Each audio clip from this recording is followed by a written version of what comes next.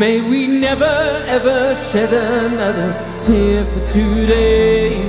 'Cause I know that there'll be better days. Waking up in California, these clouds, they won't go away. Every day is like another storm, yeah. Just trying not to go insane. This city's shining so bright, so many dark nights, so many dark days, that every time I feel the paranoia, I close my eyes and I pray. Oh, I know that there'll be better days. Oh, that sunshine's about to come my way. May we never ever shed another tear for today. 'Cause I know that there'll be better days. Waking up to a new year, got to pass a million miles away. Waking up with a new fear, I know it'll wash away. Whatever you do, don't worry about me, I'm thinking about you, don't worry about us. 'Cause in the morning everything can change, yeah, and time will tell you it does. Oh, I know that there'll be better days. Oh, that sunshine about to come my way.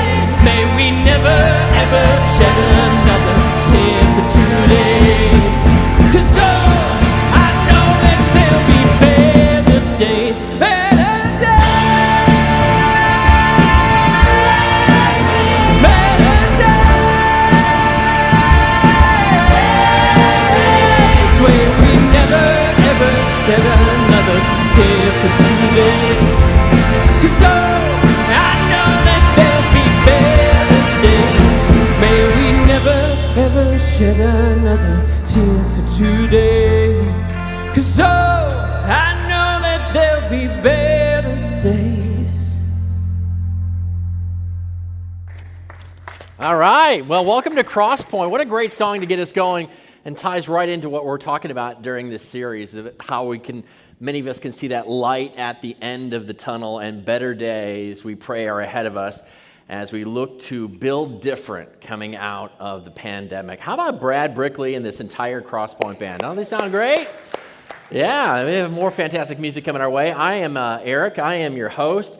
And what a week, right? We got to experience pretty much all 4 seasons within the course of a few days. Like, the snow was pretty to look at, but like for me, it's like it's April. We can get past that, and it looks like we are. Of course, the really big story, you know what I'm talking about, right? Shake Shack opened in Fishers, and people are losing their minds. They're losing their minds? People are losing their minds. How so, Eric? How are they losing their minds? Shake Shack. Well, here's the thing. I drove by there earlier today, and there are people, like, they were looped around the building. Really? Yeah. And you know, Brad, Shake Shack, in spite of its name, they apparently sell more than just the shakes. That's what I hear. Yeah. Apparently the fries and the burgers and stuff. I know. And really, when you think about it, they sell fries and burgers and shakes. Where else in Fishers could you get that, right? I mean, now I get why people were lined up for it, right? Because where else can you get that? I think I can think of a couple places. Right, my point exactly. It's like Radio Shack sold more than just radios, Brad. Are they even open anymore? They're not, sadly. And I'm pro radio. I think that was because they just sold. Everybody just thought they were selling radios all this time. I know, they I went out of know. business. Well, it sounds like a glorious. Any place that would just sell all radios is a glorious place, by the way. But yeah, the lines around the. Yeah, I think so. And then they turned BO1057 on, right? Well, maybe, I don't know. There's a guy with a glowing personality that you can hear in the afternoons there. But the Shake Shack, it had lines around the building. I don't know if people were social distancing or not, but they should have been, right? The social distancing. It was like the people or the cars were around the... No, there were people. People were lined up. And like, God bless. Did anybody go to the Shake Shack today? Anybody? I want to make sure before I offend anybody in here. Because nothing, I'm sure it's wonderful food. I'm sure it is. But like, we live in the most impatient, busy society ever. And there were people who were going, you know what? What do you want to do for the next 3 hours? How about we wait in line for a cheeseburger? That's what a decision people were making when it came to the Shake Shack. All right. Well, it's good to have you guys here. Shake some things up now. Heyo, look at that. No. I want to say hi to those people who haven't turned off their computers and are still watching online. And for those of you in the venue, it's a reminder that we ask that you keep your mask on unless you're eating or drinking while you're in the venue. And the good news is more and more people are getting vaccinated. I know I got both of my shots. I'm wondering, too, for the single people, is that going to be a selling point in the dating? Is that the person's got their shots? You know, a reason to swipe right or left? Yeah. Is that what they do? Well, I like smooth jazz. I like to take long walks on the beach, and I've got all my shots. Kind of like a puppy, right? Like when you're giving away a puppy. I've got all my shots. We'd love to be able to connect with you. Am I out of time? Oh, not yet. We'd love to be able to connect with you. If you could fill out our digital connection card, that would be wonderful. Take a picture of the QR code on the seat right in front of you. That will take you right to our online connection card. If you're a partner or regular attender, you kind of know what to do with this card. Fill it out. And if you're a guest with us, it's awesome. We ask that you fill this out with as much information as you feel comfortable sharing with us. For those of you who are watching online, you can just push the button there as you watch, and that will take you to our digital connection card too. And just a reminder that as we continue to meet in the venue, awesome opportunities for your kids to be able to connect online. Toddlers all the way up through high school can connect through the Crosspoint YouTube channels. We encourage you to hit the bell on that so that you can get notifications, and make sure you sign up to subscribe to that so you get those regular updates too. If it's easier for you, you can access all that content through our website, crosspointweb.org/family. Now, speaking of kids, we have opportunities that we hope in the near future where your kids will be able to enjoy those environments here on a Sunday or a Thursday here at Crosspoint. And so if you have volunteered in the past, or if you're interested in volunteering, being part of the solution to be able to welcome kids back safely to Crosspoint, you can mark that on your connection card. We'd love to have you part of those teams. And as for CSM students in 7th through 12th grades, Crosspoint Student Ministries, they're going to resume in-person small groups on Monday, May 3rd here at the Crosspoint campus. Appropriate protocols are going to be in place. If you'd like to learn a little bit more about CSM, you can mark that on your connection card. And if you're newer to Crosspoint, maybe you came for the first time at Easter, or you've been checking out this series, Build Different. If you've never attended a starting point class before, if you're newer to faith, or you're re-engaging in it, or you've just never taken this class or this group before, I tell you what, it is one of the most fantastic groups you can ever be a part of. If you've got questions, this is the place to come and ask them. And now's a great time to jump into a group, explore, and grow. And if you're interested in Starting Point, again, you can mark that on your connection card. We've got a great service planned for you today. So glad that you're with us. We'll continue to look at how we can build different coming out of the pandemic. New patterns, new opportunities, and new opportunities for growth. In fact, we're going to sing about that. Because that's what Jesus did for us. So stand with us now as Brad and the band lead us in more music. Well, welcome to Crosspoint. Get up off those couches, put your hands together and sing with us. I was buried beneath my shame. Who could carry that kind of weight? It was my turn till I met you.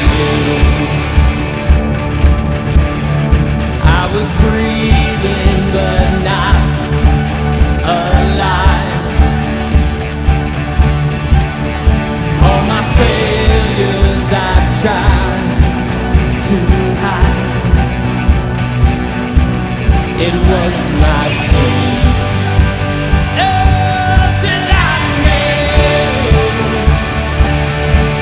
You called my name, and I ran out of that bed.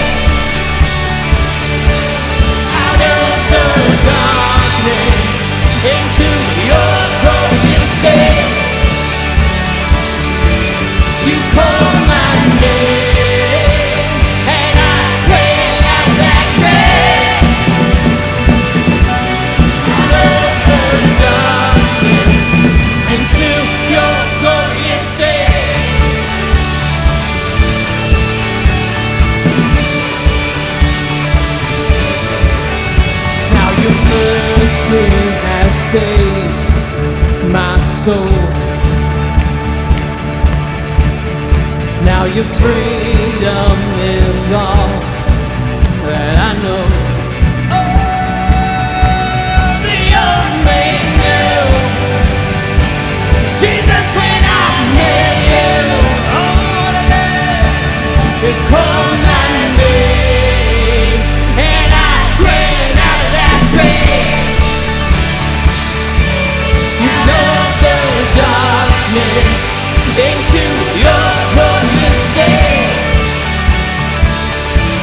You called my name, and I ran out of that grave. Out of the darkness into your glorious day.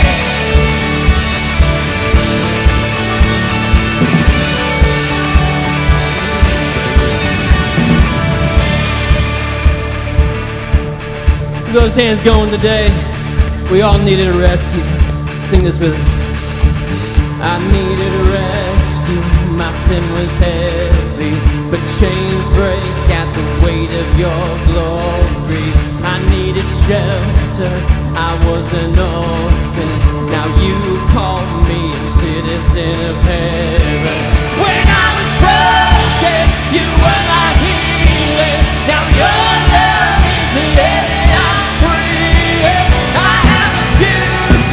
my eyes are open, 'cause when you called my name, I ran out that grave. Out of the darkness into your glorious day. You called my name, and I ran out that grave. Out of the darkness into your glorious day.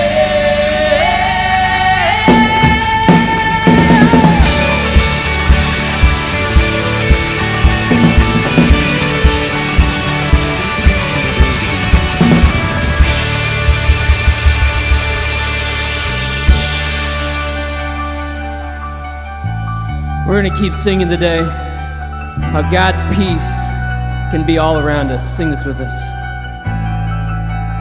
I don't want to be afraid, 'cause every time I face the waves, I don't want to be afraid.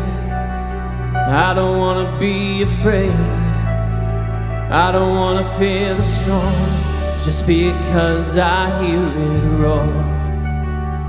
I don't want to fear the storm. No, I don't want to fear the storm. Peace, peace, still, say the word, and I will set my feet upon the sea, till I'm dancing in the day. Peace, peace, still, you are here, so it is well. Even when my eyes can't see, I will trust the voice that speaks.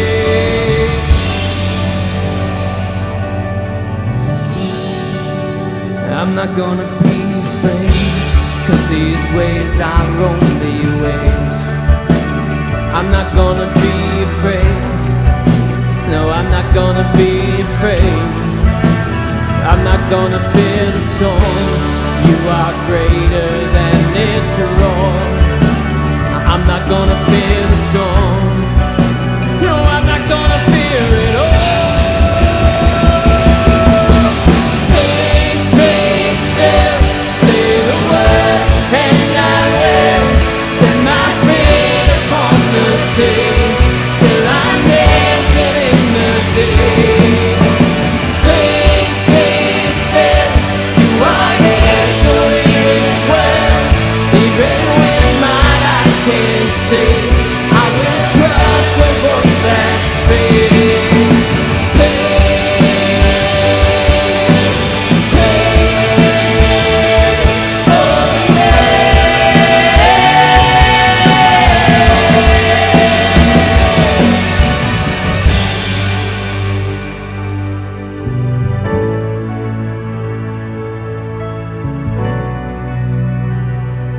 faith rise up in you today. Let faith rise up, oh heart, believe. Let faith rise up in me. Let faith rise up, oh heart, believe. Let faith rise up in me. Sing it out. Let faith rise up, oh heart, believe. Let faith rise up in me. Let faith rise up, oh heart, believe. Let faith rise up in me.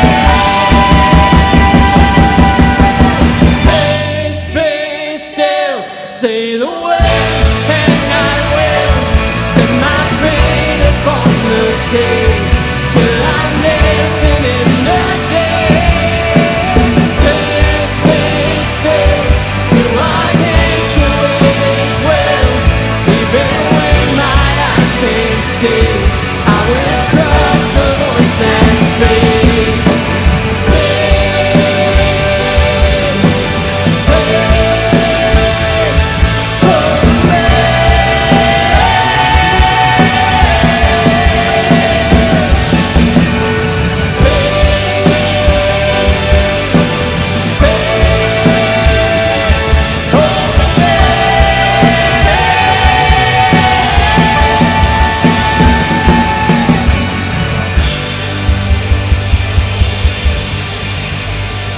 Oh man, so good. Go ahead and grab a seat. It's so good to have you guys with us this weekend. My name's Kurt, if we haven't had a chance to meet, and if you're here for the first time, I hope it's not your last time. And those of you tuning in online, we're so glad to have you join us. We'd love to hear where you're from. Jump in the chat, give us a shout out. We'd love to hear if you're from our city, our state, nation, even somewhere in the world. Just let us know. Hey, we're in week number 3 of this series called Build Different, and I've been enjoying this. I hope you've been enjoying this series as we've been looking at what it means to as we've come through this season. We're beginning to see the light at the end of the tunnel, and we're asking the question, how do we come out of this better? Because the reality is we've discovered that there are some vacant places in our lives. This season has kind of uncovered those. And let's be honest, some of us, we've complained, some, it's been difficult at times, and for very understandable reasons, but whether you choose to make progress as we come out of this is really up to you, and it's going to be up to me. So here's what I want us to look at today. I saw some statistics recently that really just kind of jumped out at me. I thought, man, I think all of us can relate to this. And so here's some recent data on stress in America. 8 out of 10 individuals said that the coronavirus pandemic is a significant source of stress in our lives. You're like, no kidding. We feel that, right? And then 7 in 10, or 67% of Americans say they've experienced increased stress over these past 13 or 14 months. And so what I want us to dig into this weekend is how do we channel that stress and turn it into growth? Because that actually really is possible. And so we're going to look at 6 strategies this weekend that come from one of my favorite authors, Dr. Tim Elmore. In fact, we're kind of using him as a resource through this series. He's got a blog that's growingleaders.org/blog, which I always love when I see that. And he wrote a book recently called The Pandemic Population that really kind of chronicles the things that we're experiencing, the things that the up-and-coming generation, students, college students, young adults are experiencing. How do we help them regain hope? And this is available in our Commons, so if you've not had a chance to pick one of these up, they're $10. Inside is a little QR code, and you can scan that when you get to your car, when you get home, and you can pay online, or if you can't afford it, just take it. We believe it's that important. We want to get it in your hands if you'd like one. If you're tuning in online, there's a button that'll take you right to Amazon, and you can purchase this online and have it delivered to your home. Now, on the very first page of this book, Dr. Elmore explains why there's been so much stress in this season, among other reasons, but one of them was this, and it's really in understanding the difference between things that are complicated and things that are complex. Now, think about this for a moment. I want to give you a couple images. Things that are complicated. I want you to think of a student in front of a chalkboard working on a math problem. All right, obviously this kind of problem would take multiple steps, in order to complete it. But imagine that student gets partway through this problem and then steps away from the board for about 30 minutes, goes on and does some other things, maybe takes a nap, takes a break, and then comes back to the board. When they come back to that board, that math problem is in the same place as it was when they left it. Now, there still may be challenges and things they've got to figure out, but nothing has changed with the problem in the time that they were away. That's complicated. The difference between complicated and complex is this. I want you to think about complex as being an air traffic controller screen, where you've got an air traffic controller trying to land planes and help them take off. And say he or she decides to step away from that screen for 30 minutes or so, go takes a nap, takes a break. When they come back to that screen 30 minutes later, all of a sudden, not only has everything changed on that board and got backed up, but the conditions have changed. Everything's bogged down because they chose to take a little time off. And this is what complexity is. And when you look at this, I'm like, oh my gosh, it's no wonder we're so tired, because we've been in a season where things are changing so fast and so rapidly that we almost feel like we can't take a break because we've constantly got to be adjusting.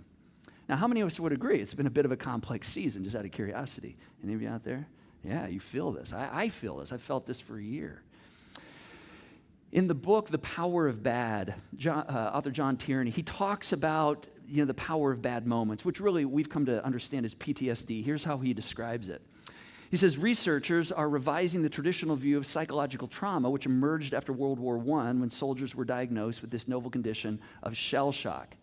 He said later they called it post-Vietnam syndrome. It was eventually known by the broader term of post-traumatic stress disorder, which is PTSD. He says the disorder was quite real, and one or more manifestation of the negativity effect, meaning some bad events, unlike good events, would actually affect people for decades or for life. When a bad event had permanent effects, it could permanently reduce a person's level of happiness. And so that's kind of in a nutshell what PTSD is. And many of us, we've begun to feel some of the trauma of this over this past year. Now, another one of my favorite books, a book called Mindset, which is written by Carol Dweck, she delineates the difference between a growth mindset and a fixed mindset. And she talks about how a fixed mindset is one's belief that their basic abilities, intelligence, and talents are just fixed traits. Like, I have everything I need. Everything that I need to operate, I've already got within me, and there's no way for me to grow or gain more. Whereas a growth mindset is the belief that one's talents, abilities, gifts are developed through good teaching, through effort, and through persistence. And it's this idea that I don't fully have everything I need, but I can gain that to actually get to a better place. Now, think about this for a moment. Why is mindset so important as we come out of this pandemic, and it's been important as we've been in the pandemic? Well, you see, as we flip through the pages of history, one of the things we begin to see is that people actually have been able to change their narrative. They've been able to change and grow. This is a growth mindset.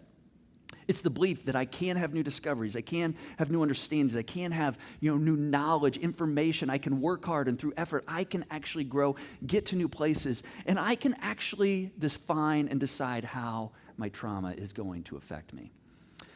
Now, something kind of interesting to me is the Apostle Paul in the New Testament part of the Bible. He actually talks about this. He talks about the importance of having a growth mindset. Now, if you're not familiar with the Apostle Paul, if you're newer to Crosspoint, we talk about him all the time here at Crosspoint. He's one of our favorite New Testament writers. He wrote more than half of the New Testament portion of the Bible. And that's not the reason we like him. I think the reason I like him is because if you're not a person of faith, if you're kind of new to faith, and you're like, I'm not really sure what I believe in God, if I really like Jesus, you're going to like Paul, because that was Paul. Like, he didn't believe those things are like Jesus either, until he experienced the grace of Jesus once, and it totally changed his life. And so he kind of takes it upon himself to help new Christians understand what it means to follow God, to follow Jesus. And so he writes these letters to Christians all around the Mediterranean Rim in the first century. So we're going to look at a phrase from one of his letters to new Christians in Caesarea Philippi. And so here's what he writes to this group known as the Philippians, chapter 1. He says, I pray that you will keep on growing. Now, this is growth mindset right here. He's saying, through effort, through hard work, through instruction, you can actually continue to move forward. He says, I pray that you will keep on growing in knowledge. Now, think for a moment, what is knowledge? Knowledge is not just data. It's not just facts. It's not even just discoveries, but it's also in our awareness of how these things impact our lives.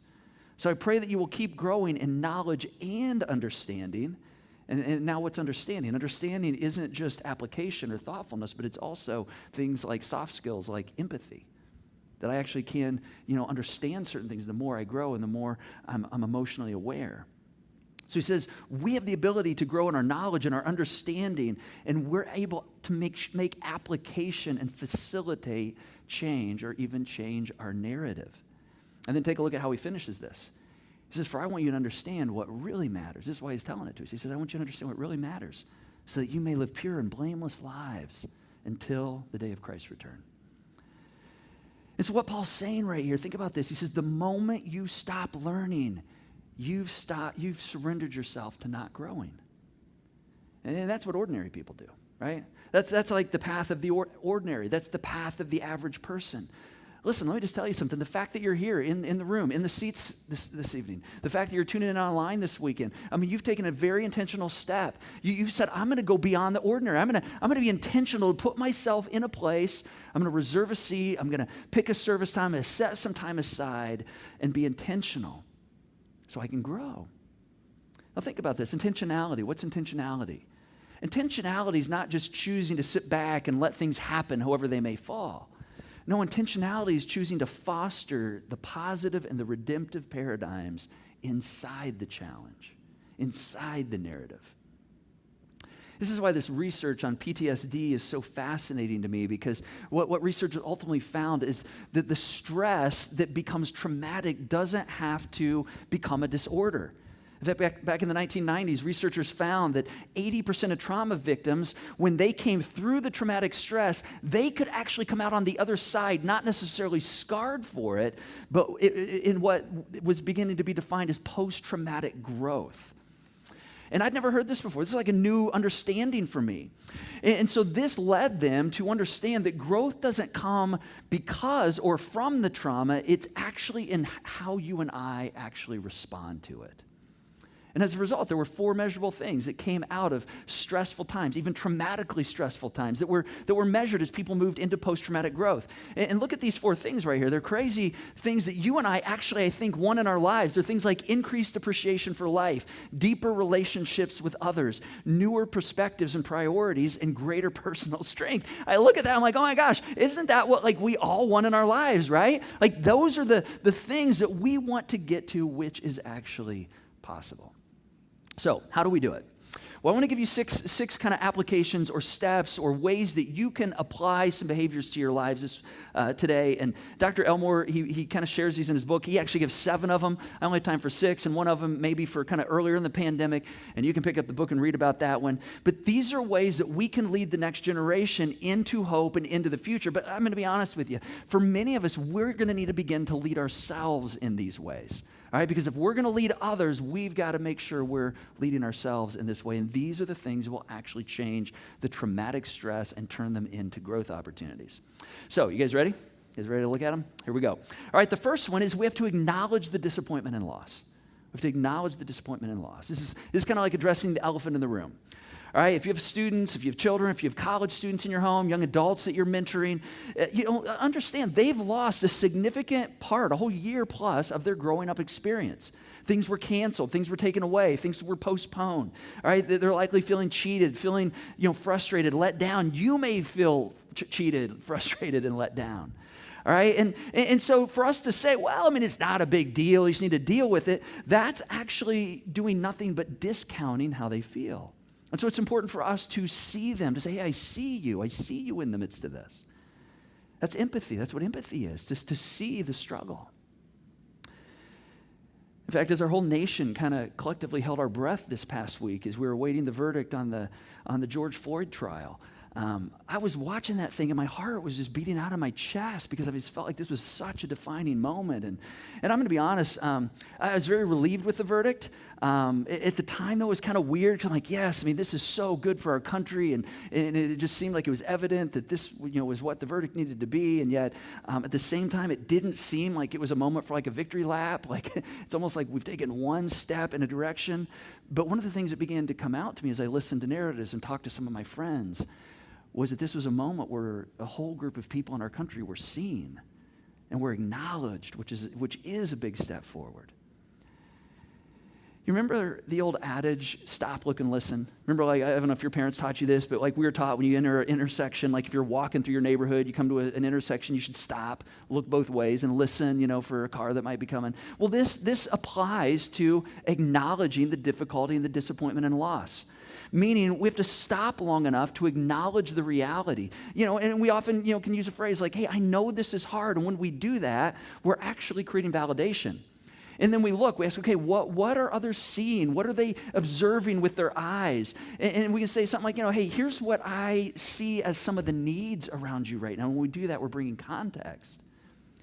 And then when we listen to the frustrations and the disappointments, and we listen to their heart, we begin to see that we can actually instill belief. We can affirm, hey, we will get through this. I hear the struggle, but you need to know we can make it through this. This is acknowledging the disappointment and the loss. It's the first step and probably the most critical step to start. Second thing, we have to look for opportunities to include peer outsiders when possible. All right, now you might say, okay, what does that mean? This is looking around at my circle of influence and saying, who in my circle of influence needs some temporary leadership from me right now?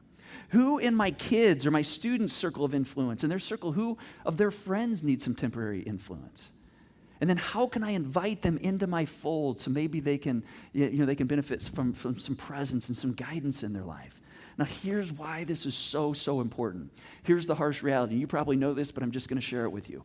Those who are quarantined in unhealthy homes and healthy situations, the pandemic just made it more miserable. All right, and if there was abuse going on, physical abuse, emotional abuse, it was almost unbearable for the last year. Now here's what might be surprising to us, though. For those who were quarantined in homes where there was just a general passivity in the home, all right? People who are passive are like likable people, right? People who are passive are like people that are easy to get along with. We like passive people because they don't rock the boat. It's like, oh, they're nice. They never really have an opinion on anything, so they're easy to get along with.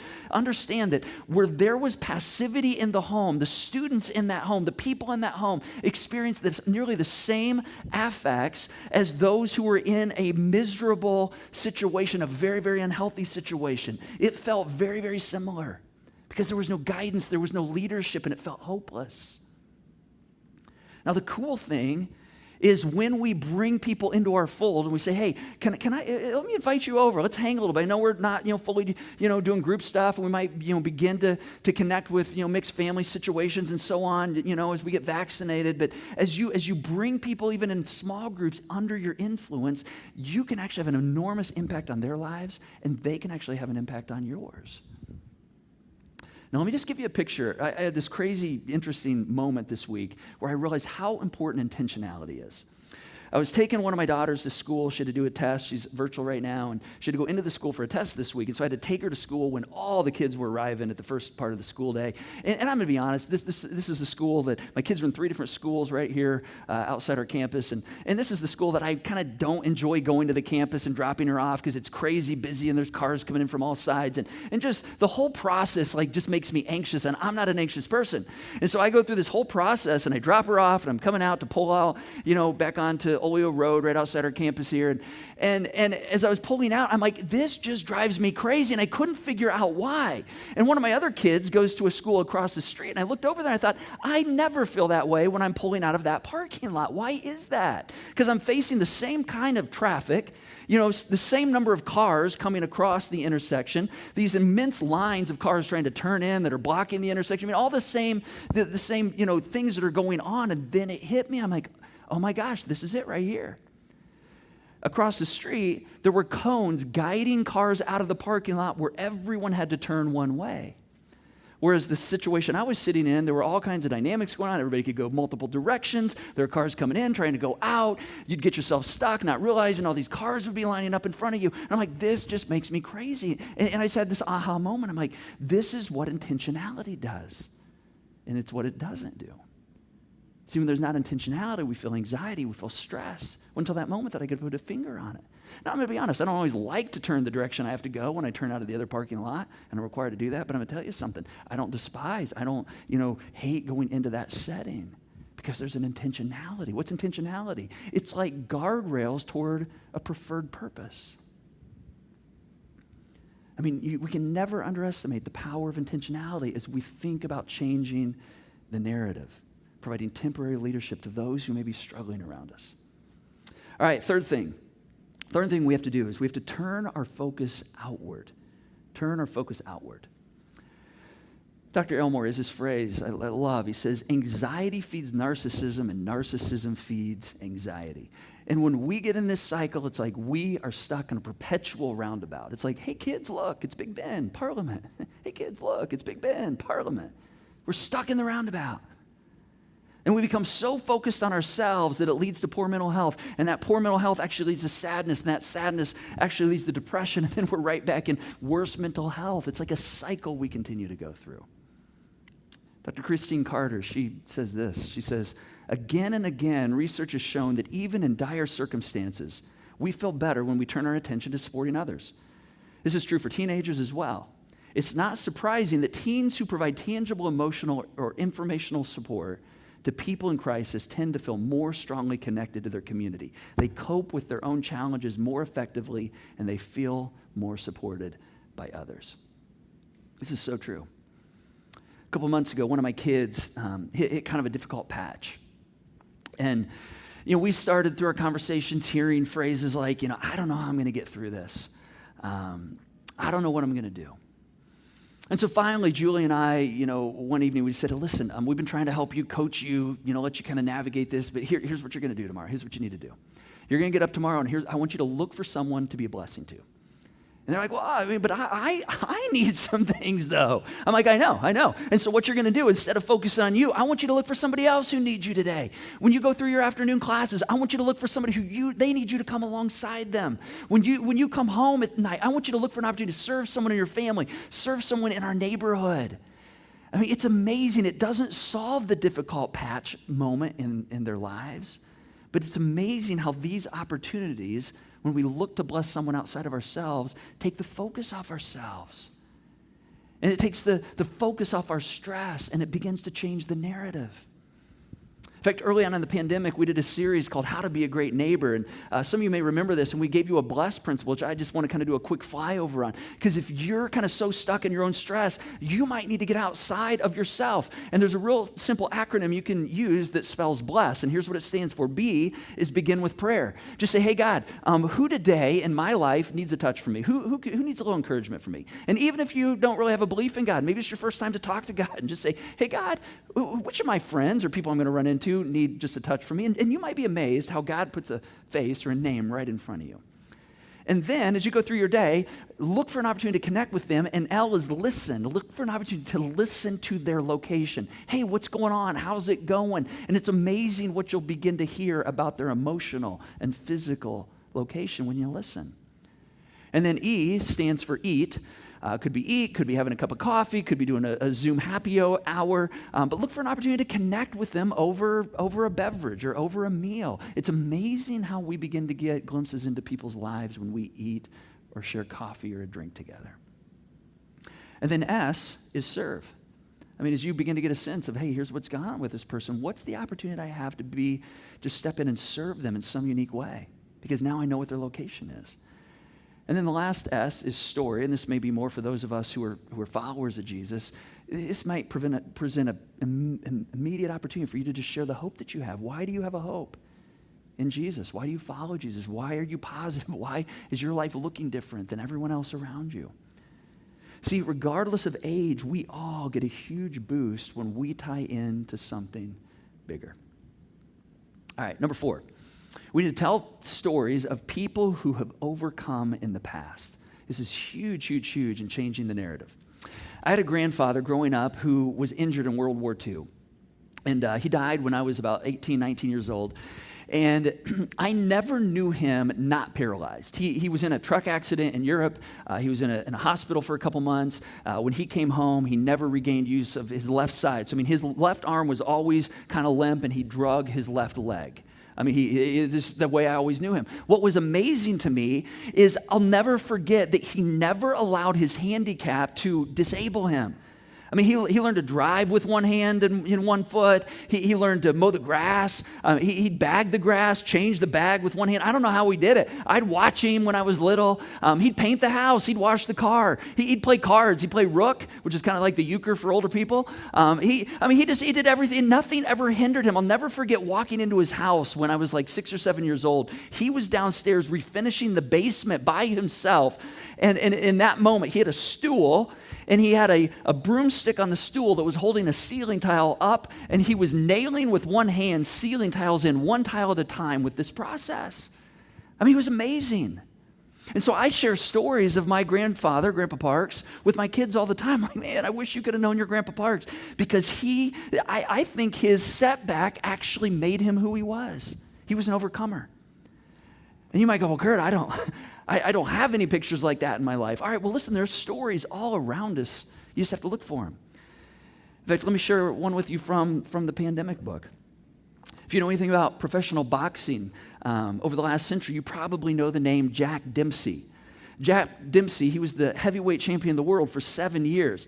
But you may not know the name Gene Tunney. Now, Gene Tunney also, as a young man, he had the aspiration, the dream of becoming the heavyweight boxing champion of the world. And he was pursuing that until he had an accident when he was in the military. And this accident actually crushed all 10 of his fingers. And so as he recovered from that, his doctors and his trainer basically said, hey, Gene, we don't think you're going to be able to box again because your hands are going to be too brittle. And so Gene had a decision in front of him. But see, Gene, he didn't want to give up his goal of being a boxer. In fact, he still wanted to be heavyweight champion of the world. And so he decided to just change his methods. And he began to learn the art of self-defense, which allowed him to use different parts of his hands than the typical traditional boxing. And then he learned to move backwards and to move around differently that he all learned, again, in self-defense. And if he was going to beat Jack Dempsey, he was going to have to learn to move around. And so he didn't change his goal. Instead, he changed his approach. And then one day, his day came. And he had the opportunity to box Jack Dempsey. And he whipped him. Not once, but twice. He beat him in the rematch as well. Now here's the truth I want you to catch in this. Fistic experts that understand boxing, they tell us something interesting. They said, had he not had that injury, he never would have been able to beat Jack Dempsey. It was actually his setback that caused him to think different, that caused him to have to box different, that actually gave him the upper hand when he stepped into the ring with the boxing champion of the world. So it was the very setback that actually launched him toward his goal. We have to tell these stories. We have to be reminded that even in the midst of the difficulty, that's not the end of the story. Number 5, we have to model the habit of finding the silver lining. Finding the silver lining. You know, there is a relationship between resistance and gratitude. Again, one of my grandparents, all my grandparents were shaped by the Great Depression. I had a grandmother who had this innate ability to find the silver lining in everything. And as a young kid, I can remember going to her house, and she'd maybe be writing out bills, and they were Jesus followers and, very committed to Christ. I remember her always saying, as soon as we get the paycheck, we put the first 10%, our tithe, we write that check and we put it aside. And then she said, after that, then we pay all the other bills, and sometimes we would just have enough to pay, which wouldn't leave us very much for the rest of the month. And I'm going to be honest, I've had moments like that in my life, and I get frustrated. I get kind of angry and bitter even at times. My grandmother never got that way. She'd always say things like, I guess this just gives us an opportunity to see how God's going to work. And I'm going to tell you something, that rubs off. Because when you hear that, you begin to think that way. You begin to spot the silver lining. And it's not this pie-in-the-sky, Pollyanna, naivete. I mean, she faced the realities. She was very aware of the realities in front of her, but she just chose to find the silver lining and look for the opportunity in the midst of the dark cloud. And as much as I try to do this and really do this often, there's times where I don't do it well. I get stuck in the cloud. But I get so inspired when I see it in my kids. Because see, whenever I see it in my kids, I try to celebrate it. And this again is what changes the narrative, because what gets celebrated gets repeated. About a year ago when, the whole COVID pandemic kind of came down and all of us just kind of slowed, a couple of my kids' sporting seasons were shut down. They were closed. And so one of my daughters, she decided she was done running, wasn't going to run anymore, it's not worth it. And so she took a break for a few months. And later in the spring, she decided, man, I don't know why I did that, because I actually kind of regressed. I lost my stamina. So she began to run with me in the mornings on my morning run. And she hadn't been training for like 3 or 4 months. And so we were out running one morning, one of her first days back, and we're about a half a mile in, and her breathing's off, and she's gasping, and she's like, Dad, I'm hurting, my lungs hurt, my legs are heavy. And she's like, you're 35 years older than me, and I can hardly keep up with you. And I'm like, I know, like how cool is that, right? Like it was like a big boost to me. I don't think she thought it was very cool. But I said, listen, I've been running for 4 years, like 4 to 5 times a week. I've been developing an ongoing stamina. And then immediately she said, Dad. I said, what? She said, look. I'm like, what? She's like, look at the sunrise. I said, what? She said, look at the sunrise. And I looked at her, I said, Maggie, I hope you never lose the ability to do that right there. She said, do what? I said, you just talked about your lungs are burning, your breathing's off, your legs are heavy, you're hurting, and yet in the midst of that, you chose to look at something beautiful. I hope you'll never lose that. In fact, she just did it this week as we were running again. She was talking about she felt so off, and then she's like, look at the sunset. It's amazing what happens when we begin to see the silver lining. And then the last thing, and all these kind of come together for the last one, we have to be intentional in shaping the internal narrative. Research psychologist Brené Brown, she reminds us that we're constantly telling a story to ourselves. We're telling a story to ourselves about how we're doing. We're telling a story to ourselves about who we are. This internal narrative drives our relationships. It drives the way we interact in society. It drives the way we interact with our spouses, with our families, how we do our work. It impacts our whole life. In fact, I want you to take a look at a short segment from Brené Brown in an interview with Oprah where she was talking about the false narratives and the roles that they play in our lives. Take a look at this.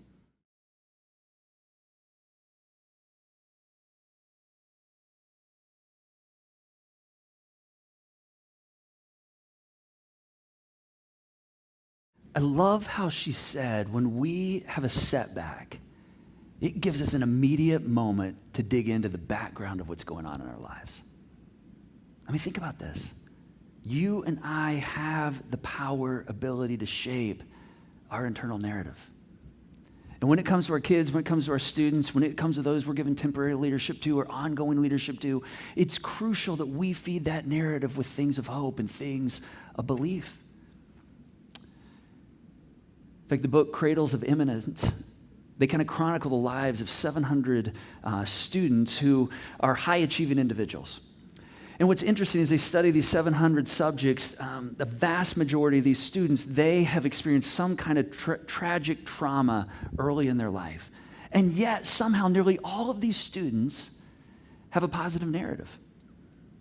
They say things like, I will make something of myself even in the midst of this hardship. And so when I step back and I look at that, I go, oh my gosh, how does this happen? Well, see, there were 2 common ingredients that were in their lives. And these kids had parents or role models leading them, guiding them intentionally in 2 ways. Number 1, they valued education. They valued a growth mindset. They valued that you aren't just who you are right now, but you can grow. You can become better. You can become more educated. You can become more resilient. And then secondly, they set an example for a positive narrative. And see, when we see these examples, we begin to emulate them. We begin to say, I'm not exactly sure how this is going to go, but I'm going to work it until I get through it.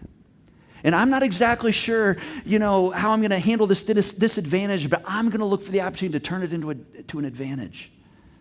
And life is hard, but I'm going to tell you, it's definitely worth continuing to pursue this. And so the question when it comes to our internal narrative is not whether or not we carry an internal narrative. The question is whether it's going to be one of being a victim, there's nothing I can do, or one of an overcomer. And in the midst of this, I'm going to overcome. And that starts with you, and that starts with me. And here's the opportunity. I'm always looking, saying, okay, what's the opportunity? Where's the opportunity moment? Here's the opportunity moment for you and me in this right now. See, we get to decide. We get to decide, even right now, like, what story do I want to tell? What story do I want to tell? 20 years from now, when I look back at 2020, 2021, what story do I want to tell? One of being a victim and there's nothing I could do and I was stuck? Or do we want to tell a story of overcoming? In fact, this is one of our next steps this week, and you'll find this on our connection card. And maybe for you, it's saying, I'm going to dig into that question this week. I'd encourage you to do that, to lean into that question, because I think that will begin to shape the narrative. I encourage you to look back over these 6 steps and say, which ones of these do I need to lean into? In fact, here's another call to action. If any of this landed with you or something stood out and you're like, gosh, yeah, this is an area I need to lean into, man, grab the Pandemic Population book. Begin reading it. What I talked about is in chapter 6. And you can begin to learn, you can begin to grow, and you can begin to realize that knowledge is power. And when you begin to see that there is hope and the story is still going, we can actually change the narrative, and we can take the trauma and the stress and we can begin to turn that into growth and into fullness and healthy relationships and satisfaction and peace. Now, for those of you tuning online, maybe for you a next step is just, following us on Facebook or, following us on Instagram, or choosing to, subscribe to our YouTube channel just so you can be in the loop of things going on. Maybe it's hitting that button that says stay informed and, just sharing your email address to us so you can be in our email loop each week and know what's coming next. And, we hope you do that so you can continue to check in and be a part of what's happening here at Crosspoint and allow us into your lives. And then for all of us, I hope you're back next week. And I hope whether you're in the room or you're tuning in online, you choose, to say, hey, I'm going to come back next week. And we're going to continue the narrative next week on how we're a part of the ever-evolving conversation on race and racism. Because this is an area that the pandemic has uncovered a lot of vacant places. And we get the opportunity to turn that narrative. So I hope you're back next weekend. All right, let's stand. Let me pray for us, and we're going to sing. Heavenly Father, man, what a privilege it is to be here today, to know that you are a God who believes that we are not stuck in our narrative, that the narrative can actually change. In fact, that's what you do. You change narratives. And so, God, I just pray that you'd help us to know what to do with what we heard today. Where the areas are, we need to put some energy, we need to put some direct effort so that we can lean into a growth mindset. And as Paul championed, that we will grow in our knowledge and understanding.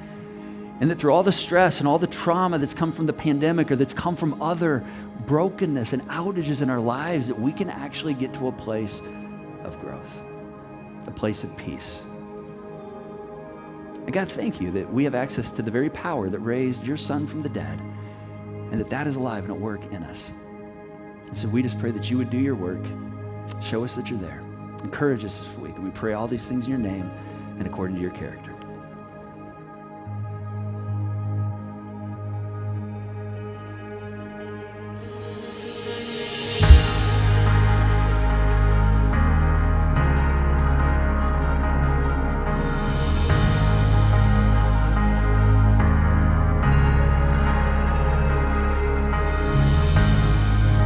The odds stacked against me. I'm surrounded on all sides, but I've heard you can part the waters. So when your name come and turn the tides,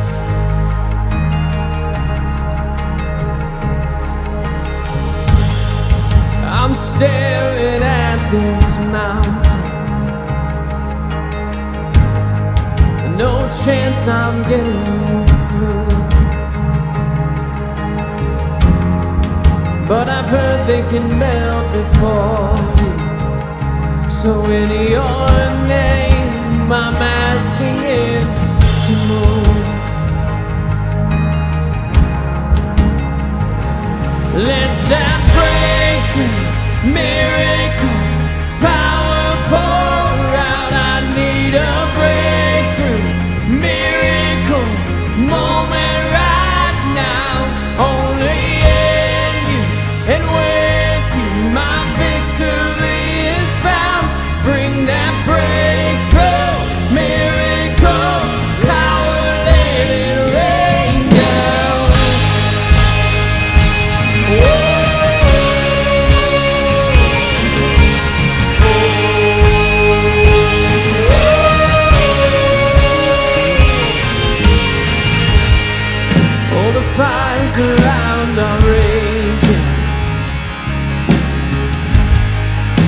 the heat at every turn. But I've heard that you're in it with me. So now by faith, I'm standing on your word. Yes, in your name, I know I won't be burned. Let that breakthrough, miracle, power pour out. I need a breakthrough, miracle, moment right now. Only in you and with you, my victory is found. Bring that breakthrough, miracle, power, let it rain down.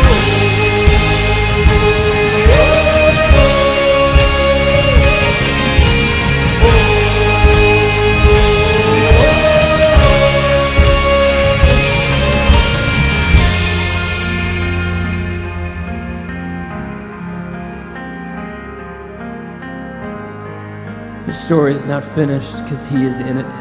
Sing this with us. As long as you're in it, the story's not finished.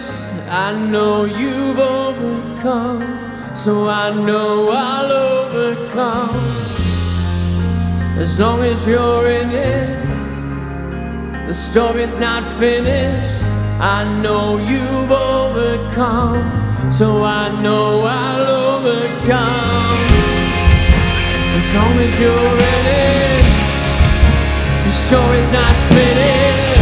I know you overcome, so I know I'll overcome.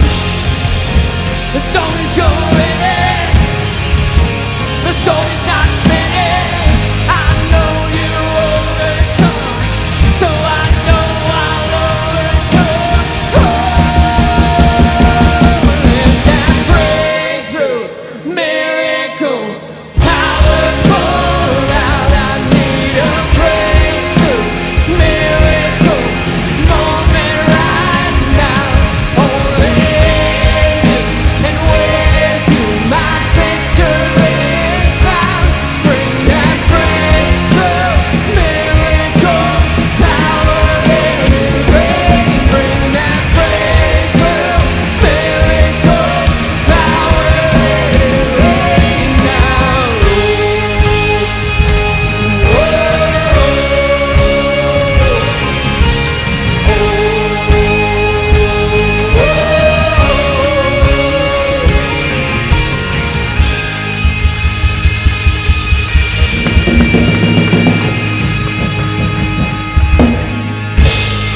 All right, hey, thanks so much for joining us at Crosspoint today. If you could just hang on for a second for those of you in the venue, where we'll tell you how you can exit out of here safely.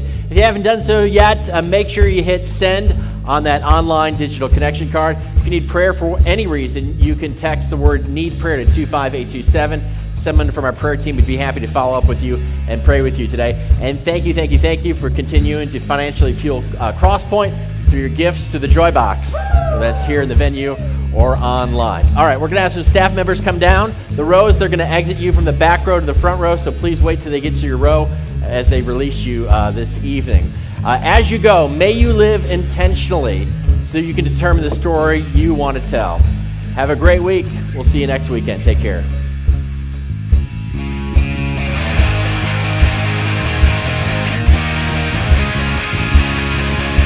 Let that breakthrough, miracle,